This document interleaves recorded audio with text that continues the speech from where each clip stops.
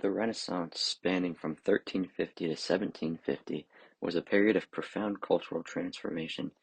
While it's often celebrated for its art, literature, and science, this era also reshaped how people played and thought about sports. Let's take a journey through some of the most significant changes in archery, tennis, football, jousting, and falconry. Archery, once a critical skill in medieval warfare, saw a major shift during the Renaissance. With the rise of firearms, archery transitioned into a popular sport, especially in England, and no one was a bigger champion of archery than Queen Elizabeth I. Queen Elizabeth I was a strong advocate for archery, seeing it both as a leisure activity and a way to maintain defense skills. Her support kept the sport alive among the nobility and commoners, leading to organized competitions and ensuring its cultural prominence.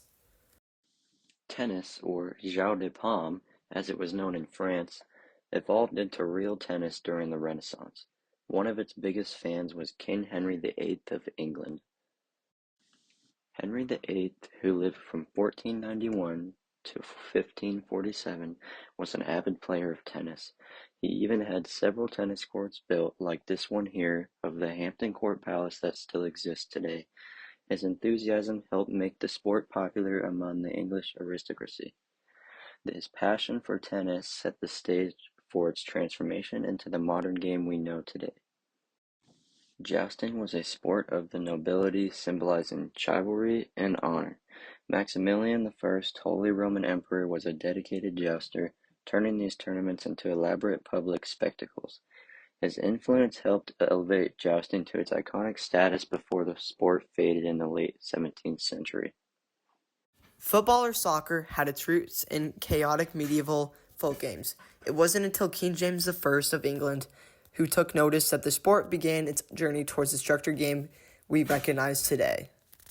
In 1618, King James I issued the Book of Sports, listing approved leisure activities for Sundays, including early football.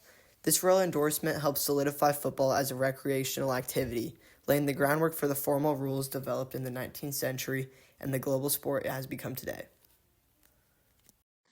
Falconry, the art of hunting with trained birds of prey, was a highly esteemed pastime among the Renaissance nobility.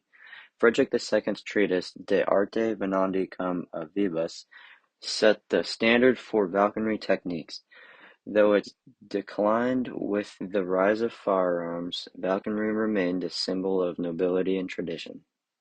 So, where did these changes originate? Most of the major develops in sports during the Renaissance came from Western Europe, especially in England, France, and Italy. England was at its forefront of archery competitions and the development of modern football rules. France played a crucial role in shaping early tennis, while Italy contributed cultural games like calcio storico, an early form of football.